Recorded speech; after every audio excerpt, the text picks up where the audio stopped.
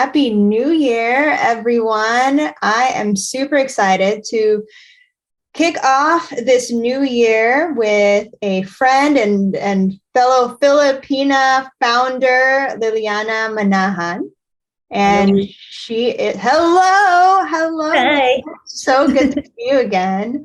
Lil and I were both in BGC when I was there last fall for 3 months, and we were neighbors and got a chance to hang out quite a bit, walk around BGC. It was my first time over there. And now I'm back in California, like a little colder, but thanks to technology, we still get to chat and see each other. So Lil, thank you for coming on the show today. Thank you. Yeah. And for those who don't know, Lil is, again, based in Manila, and she's a designer of curious objects and wearable art. And I'm wearing one of her pieces right now. And her life's calling is to reveal glimpses of God's glory to the broken world and encourage people to join her in her pursuit in understanding the imagination in light of Jesus. Wow. Beautifully, beautifully written. And just excited to unpack that more with you on the show today. So tell us how you're doing. Like, how are you feeling this new year, 2022? We're like a few days in. In terms of work, I'm excited actually because the last quarter really clarified a few things with the cohort that I did with you. So it's kind of like this year I'm putting everything into practice with like whatever it is we learned in those 6 weeks. So it's a little nerve-wracking. Like I'm anxious because you don't really know what to expect, but at the same time there's a lot of excitement and a lot of hope actually that things will really work out in the way God wants it to. So yeah, that's so good. Hope. I'm hopeful. Yeah, hopeful. I don't know, but it's so true. I mean, I think, clearly it's been 2 years now of this pandemic, and there's, no sign of it, like, quote unquote, going away anytime soon. But do you feel like, at least in your own life, like you're able to kind of live with it better? I get, like since the pandemic hit, like every time I think about it, like the first couple of weeks we had lockdown here in 2020, one of the first things I asked myself was like, it wasn't like, what am I gonna do? But it was more of questioning like, okay, what's my calling? If I'm called to create, is this situation gonna stop me? And is it gonna stop God from continuing his work? So I feel like at the beginning of the pandemic, God really made me wrestle with that so that I could continue working even in lockdown. And I think him revealing, I learned a lot about providence like during lockdown, because you could see there are so many things that felt out of control, but it was really reassuring that God was telling me like, don't worry, I'm like, there's things here that are gonna fall into place, and you just have to kind of walk into it, even if there's like huge distractions of like pandemic and riots and stuff like that. So I feel like God's been training me also before the pandemic for a situation like this to kind of see things differently. So for me personally, I feel like it worked out, and that it clarified a lot of the things that I wanted to say and do with my art. Had a lot of alone time to just draw. I think we all had a lot of alone time, but so I'm just gonna like put everything into something that God's been telling me to do for a long time. Actually, he's like, just draw. It's amazing. It's amazing. Well, we're gonna get into your art in just a little bit, but I'm curious. New year, It's the time where people have their like New Year resolutions or goals, or I don't know, like words, focuses, whatever you want to call it. I'm just curious for you. Do you have something like that? Like a new Have a word. word? Okay. You're a word person. What was it? I wrote it a few weeks ago. I tried to put, because the resolutions don't work for me. But I think my word was build. So build and fortify. So I kind of started doing that last year, but then this year I feel like there's sort of a blueprint, a clearer blueprint. So now I'm gonna try and build on what's happened last year. That's so good. Build and blueprint. Yeah, double B. Such an artist. Well, let's tell us a little bit about your story, Lil. Like, where'd you grow up? Like, how did you become an artist, like, and an entrepreneur? Tell us a little bit about that background. Well, I grew up here in Manila, so I'm a city girl. Like my parents were born here, and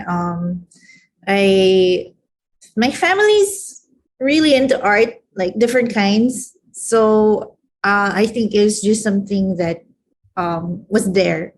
So I don't recall a point in time where I said I want to be an artist. I think it just kind of happened that I would get into that because my sister's more on art history, my dad as well. He used to paint. My mom does more of applied arts and restoration. So we're all in different branches. So I just kind of had to pick which one I kind of fit in. So I knew I wanted to do art, but when college came, I kind of tried to see where I could focus my work on. So I ended up taking product design, which is a bit of an umbrella course where you can, get into from designing computers to cars or to home accessories. And I chose home accessories. So yeah, and then I got into design objects. So it was a whole journey for me in really finding my place in the creative sphere, like which branch I wanted to kind of perch on and settle in. Yeah.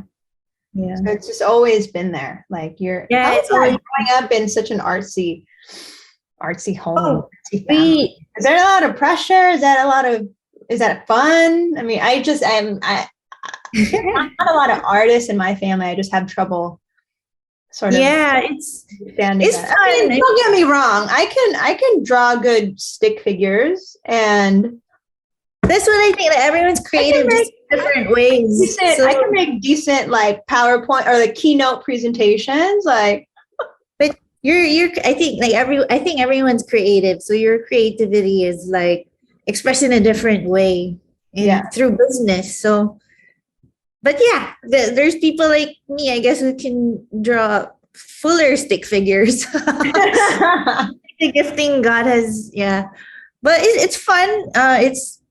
I won't lie. There's a bit of pressure sometimes. Like, like they're my biggest critics.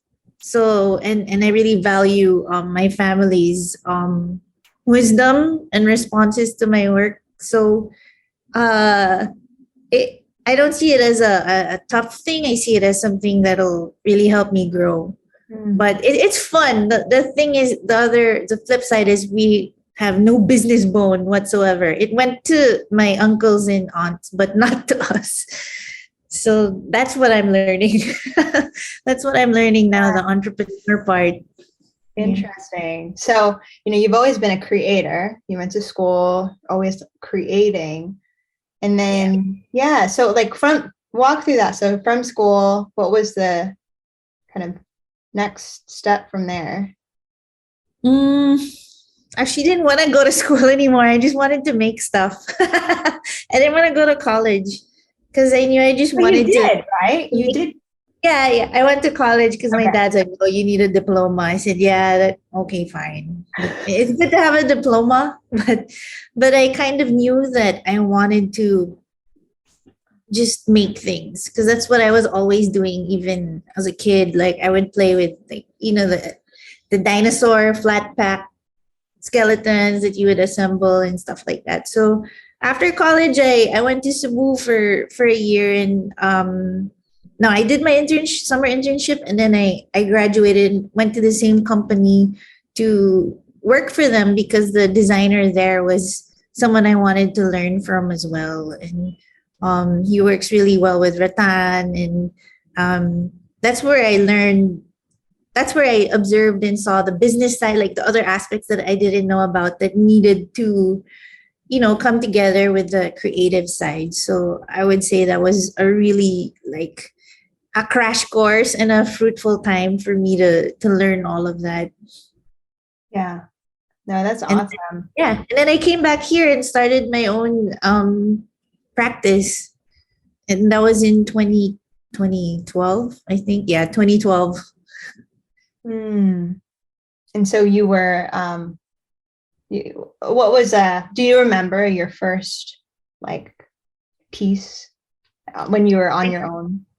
On my own, yeah. I don't have it here.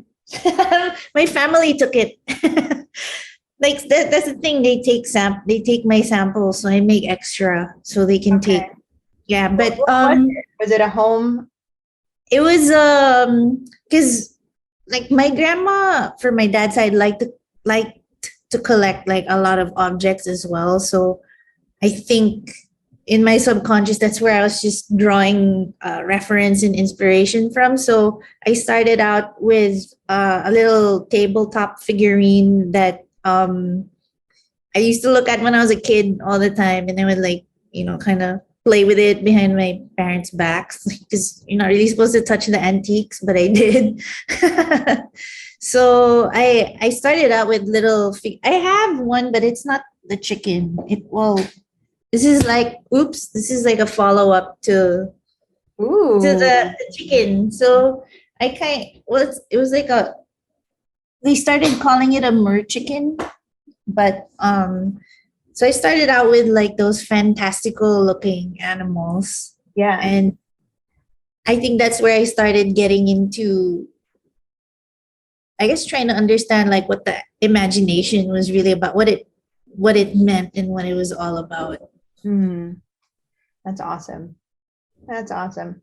And then, you mentioned like over time you started to embrace and learn more of like the business side of, becoming both an artist and Just kind of got entrepreneur. thrown into it. Yeah, tell us about that little shift. Honestly, I think And how did it come about? Like, when was there just a moment that like, oh, I need to learn business skills? it was always floating in the back of my head ever since I left Cebu, and I was like, I know I need this Mm, um to to be more long term and to, I guess, be a little more constant with the day-to-day income. So I was like, I think I need this, right? And I saw it in when I was working in Cebu, like how important it was. But it was the pandemic. It right. was the pandemic that just like pushed me like up against the wall. Like you have no choice but to do online, fix your website. And my website was there, but it's been under construction for like 5 years.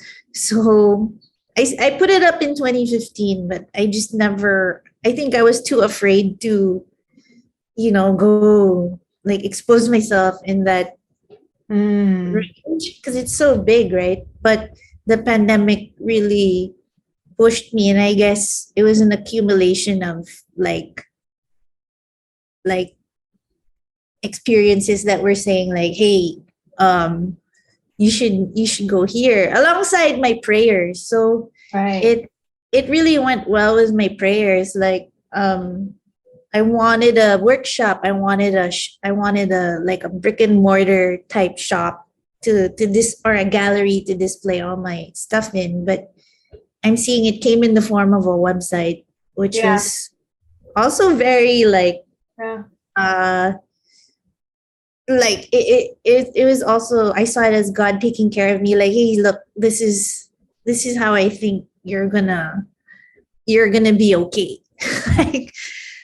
like some people are okay with the stores, but like in my situation, like I think the website was the most wise thing to do.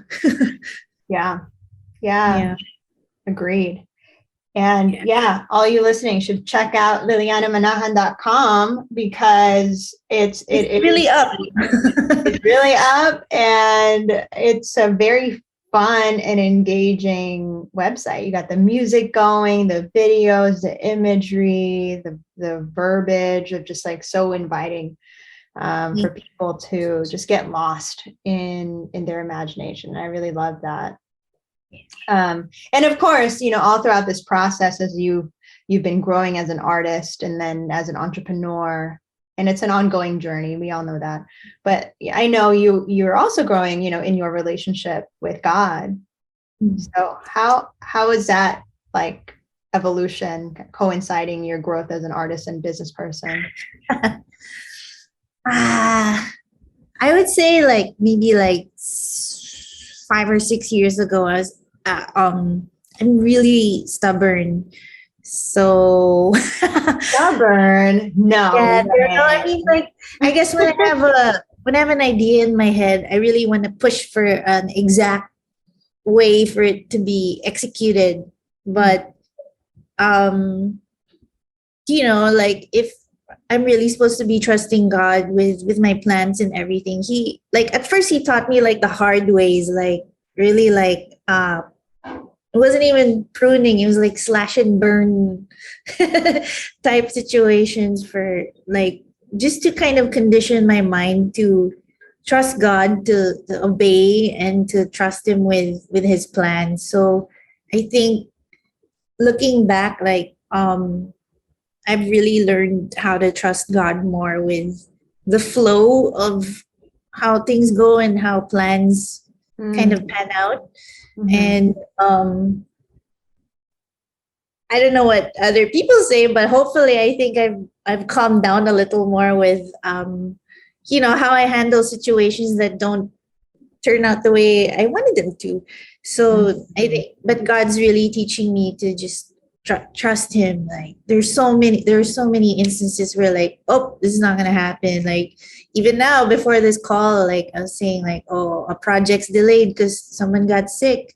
So it's like, oh, it's not gonna hit the deadline. But in light of God's timing, that's probably the right timing. Like, so Mm.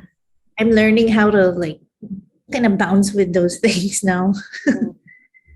Yeah. Yeah, that's so good. And at this stage, like at this moment, who is God to you? Right now, he's like everything.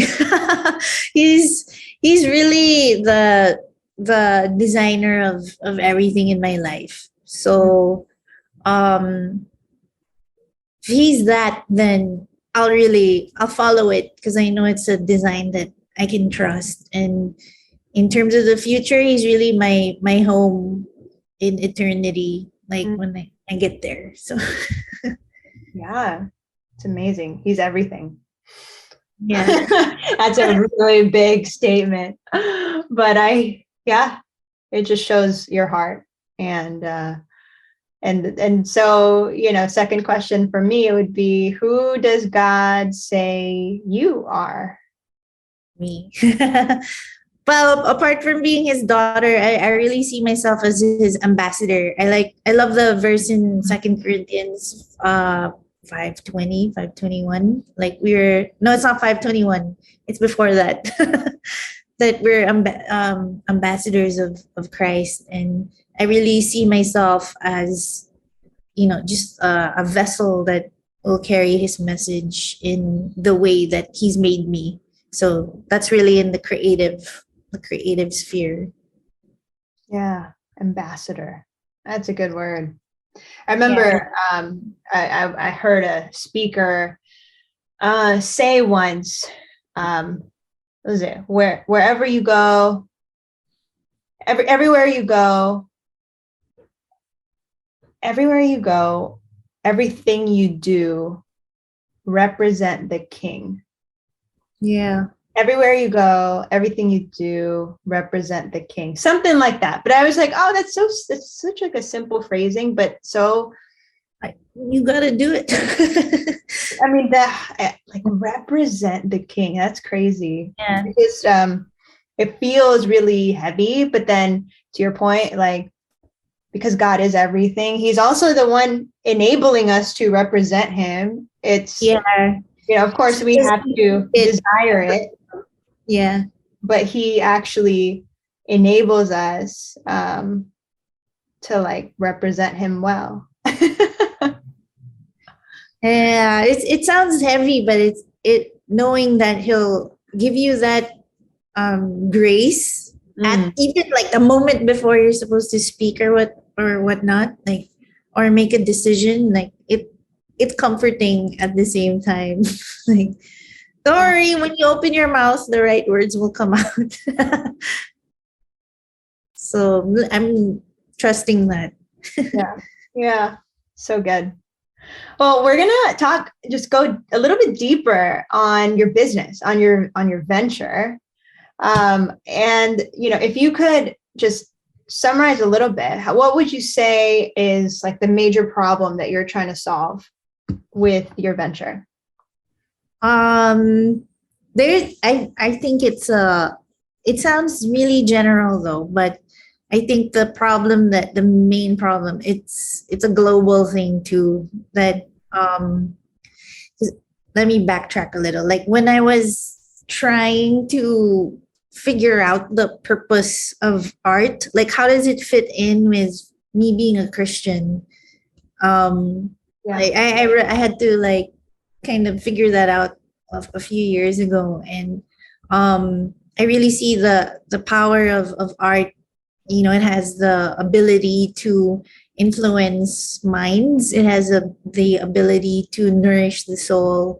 So like when like after all the books that I read and like said, I was like, oh my gosh, this is a solid purpose, right? So I think more than ever now, like people need this kind of refreshment. And in like what I said, we're in a really broken world. So I know people are trying to find that kind of refreshment or second breath in like through the created world or through endeavors, but it kind of doesn't really last as long as you would. So you're off to the next adventure or you're off to the next endeavor to kind of make you feel like you have meaning. But um yeah, so that's what I want to counter, actually, like that kind of thinking that there are things like in Ecclesiastes, because we're studying it now. It says things, everything under the sun. So I'm trying to show people a world that's like beyond the sun, and who's beyond the sun, who transcends that world of under the sun. It's really the Lord. So um I guess that's how I see my mission in life, is to slowly reveal that kind of beauty, and that points like further up. So hopefully people see see something beyond what they physically see now. Wow. And hopefully I get to there's a lot of content in going around in the world that speak that language of like self-sufficiency, and you fix yourself, you find strength in yourself. So those are the kinds of ideas that I want to counter with my work in I guess the culture and the way people are thinking. So the social dilemma, the movie actually kind of made me see that, like, hey, if there's all this content going around there should be something countering it. Um, you know, hopefully more of us do that with a different kind of thinking. Yeah. Yeah. No, that's, I've always loved how you explain, your vision and, really being intentional in trying to impact culture and countering the broken aspects of culture. I am curious, are there any like favorite stories that come to mind for you for when, you know, you're able to like experience a moment like that where your work touched someone or touched yourself, and just in that way that you envision? I think for me, like when I make stuff, that's when I understand and learn things the most about who God is. So I think that's why I also want to continue making and doing, because that's where I hear God the loudest. So like, okay, this is where I mean, apart from like reading the Bible and stuff, that's I don't know. There's some sort of that's my classroom with God.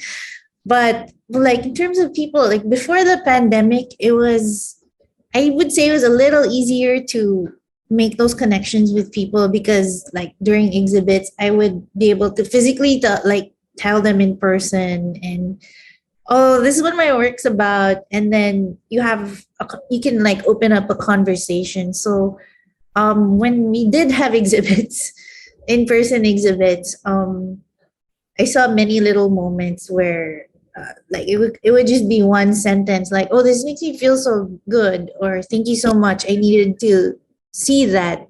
Like Yeah. those are like tiny little moments of like, okay, it's the right way. That's And even awesome. now online, some people just message like, oh, thank you, like that, just that I needed that. Like for me, okay, I'm doing what God wants me to You're on do. the right track.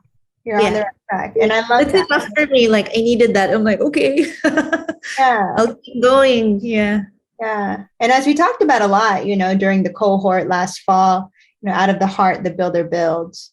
Yeah. And, to your point, it's remarkable that, as you are building, you're experiencing that kind of transformation, and you're experiencing God, and you're seeing God in fresh new ways. And I mean, that's what it's all about, right? Because if we as Christians, no matter what it is that we're doing, business person or not, if we're not growing more like Jesus and growing in our love for God and love for others, then why are we doing it? Yeah. No, but it starts with us. It starts with us. And I think that in itself is a very countercultural thing, because the world teaches to focus on outcomes, and you have to, just be going after all these outcomes. But, while, as Christians, of course, we want that as well. Like Jesus obviously cared about the material well-being of communities. And, I was reading John 15 today and talking about bearing much fruit. And it struck me in that passage when I was rereading it again, that it's actually the branches that bear fruit that will be pruned. So if you Yeah. it was interesting. I mean, I've read that passage over and over and over again over the years. And Fear. what is that? So fear. It just kind of like sticks out to you in a different way. Yeah, it says, every branch that bears fruit, he prunes, that it may bear more fruit. So it's the pruning process is so interesting, that it's not just getting rid of bad stuff. It may also be getting rid of good stuff to make room for God's best. So all that said, obviously God wants his people to be fruitful, but the way in which we become more fruitful is to abide. It's like this very like deep and like internal and kind of course relational process that we become fruitful. But I just love how you approach your work, and that you allow God to really lead and direct you, and you kind of abide with him, and you work all these things out. And so he's responsible for that outcome, right, in bringing about the reactions or whatever sort of cultural or impact that you're trusting him for. He is bringing it about, and you get to like have fun on this journey. Yeah, but I think even like during the new year, I was learning like even artists. There's some artists who don't hit their peak till much later, and a lot of the work, how do you say peak? Is it sales? Is it like audience sizes of your work? Like how it is a peak? Or is it just your creativity, like more of like when your artistry? Yeah, when you know exactly how you want to express, like when you found a good way to express exactly what you want to, like what's in here. So my dad actually tells me, like, it's something you wrestle with the rest of your life. And I'm like, what? It's like an internal thing that you just continue wrestling and squeezing out work, trying to express it as best as you can, with the best of your ability. So maybe the outcome of that would be more sales, maybe not. No, but that's a good explanation. Just your ability to sort of bring out.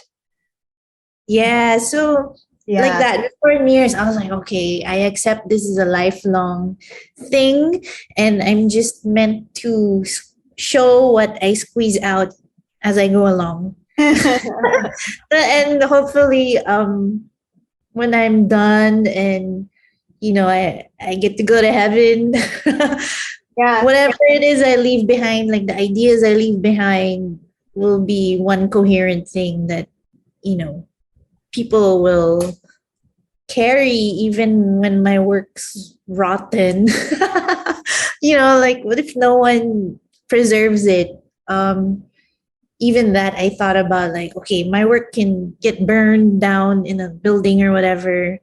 But I think the idea that goes behind it and the people that it's reached, that's what will last, even if there are no pictures of or proof of my work. Yeah. Wow. I work with a lot of breakable things too, so they might break. Yeah. Yeah, and you have no control once it's out of your hands. I mean, it'll go where it goes. Oh, but then again, NFTs. I don't know. It does have a whole different dimension of access and potential impact and everything like that. Yeah. That's another. Yeah, talk a little bit about that new, kind of venture that you're exploring. I told you before, I was so hesitant to do anything digital, anything internet, because I'm so comfortable with working with my hands and doing things manually. But it seemed like this year, the few times that I did actually go out, I met people, and I knew that they were people I was meant to meet. And one of them was a believer who showed me a different side of NFTs, like how you could create communities to really, put in all your ideas and share them with a community there. And that's what intrigued me, and that's what got me into considering to do an NFT project, which it's a slightly delayed now, but it's there, it's ready. It's ready, and hopefully, I don't know, hopefully I can build a community out of what I'm presenting in Yeah. that. Yeah. Awesome. And so once it's live, what's going to be the best way to, for listeners to find Oh, out more? I have an account in OpenSea. Okay. So I decided to go with that platform because in my research, that's where they were saying, it's good to start. And so that's where I'm gonna launch my work, launch the project. And Okay. yeah, it's related to my jewelry line, which is called Funk in Flux. So it's still that jewelry line was about celebrating the nuances in life, like the ups and downs of it, and seeing the hope that lies beyond like the ups and downs. So I kind of made little characters. They're more based on people that I know that have kind of journeyed with me. So there's a series of, they're called the Funkinators. So they're basically like, I'm about like, my work is about reminding people of the glory of God, like, or they're kind of like signposts to that point to his glory. So these Funkinators, the NFT Funkinators, are kind of another aspect of that kind of reminder, like, yeah. So I don't know if you can wait for it. I'll let you guys know when it's almost Okay. All right. I can't wait. Yeah, we'll share the link out, or whatever. yeah, they can encourage people through those digital artworks as well. I think so. I think so. Well, I'm excited. I think I mean, the Philippines is a leader in NFT, ownership as a country. I think, there's something happening in the Philippines here, and I'm glad that we have Christ following Filipino artists who are also innovating and trying to play a positive, like, impactful role in shaping the future of this technology. So that's really exciting. Can't wait to learn more. And speaking of, what would you call it again? Funkinators? It's like Terminator, but Funkinate. I don't know. I came It's up like, with it. yeah, like you mentioned, like ups. You're trying to kind of embody the ups and downs of life. Is that right? Yeah. Yeah. For you, just going back to, again, as an entrepreneur, as a businesswoman, what have been some of those, like what's been one of the ups, and then a down on the business side of things? I mean, I remember when we were talking in the fall, like God's been blessing your business even now during the pandemic. I don't know if you want to share about that or something else, but I'm just curious what's been like a surprising, like, blessing during the pandemic that God has done in your business, and what is a challenge that you're facing, and what are some of the lessons learned as well? I think there are actually a lot of ups. Like Tell one us of them more. that, like, I honestly didn't expect to flourish in the pandemic. Like I really didn't. And that's really God doing his work. Like, see, I told you all you had to do was draw. Like, okay. So that's one thing. And It's so cute. yeah, like I just been like, yeah, later. And then 5 years later, I told you to draw. So there, so I would really attribute that to God, like a fresh mind. Because I went through a creative block a few years ago, and I was like, this is it. This is the last idea I'm ever gonna have. And I don't think there's any more. And it was God who really shifted my mind and my heart to just really doing what I've been doing since before, which is the jewelry, making handmade, like, things by hand. And he just put everything together, all the things that I've been accumulating in like the last 10 years. It's just all coming together now. So that's a huge up. The second one, and it's not a shameless plug, it's the Dream Bigger cohort. Like it was I've always prayed for business minded people to kind of guide me, and I think that was a huge breakthrough where I was able to meet like minded believers, and it was so helpful. So that was an up.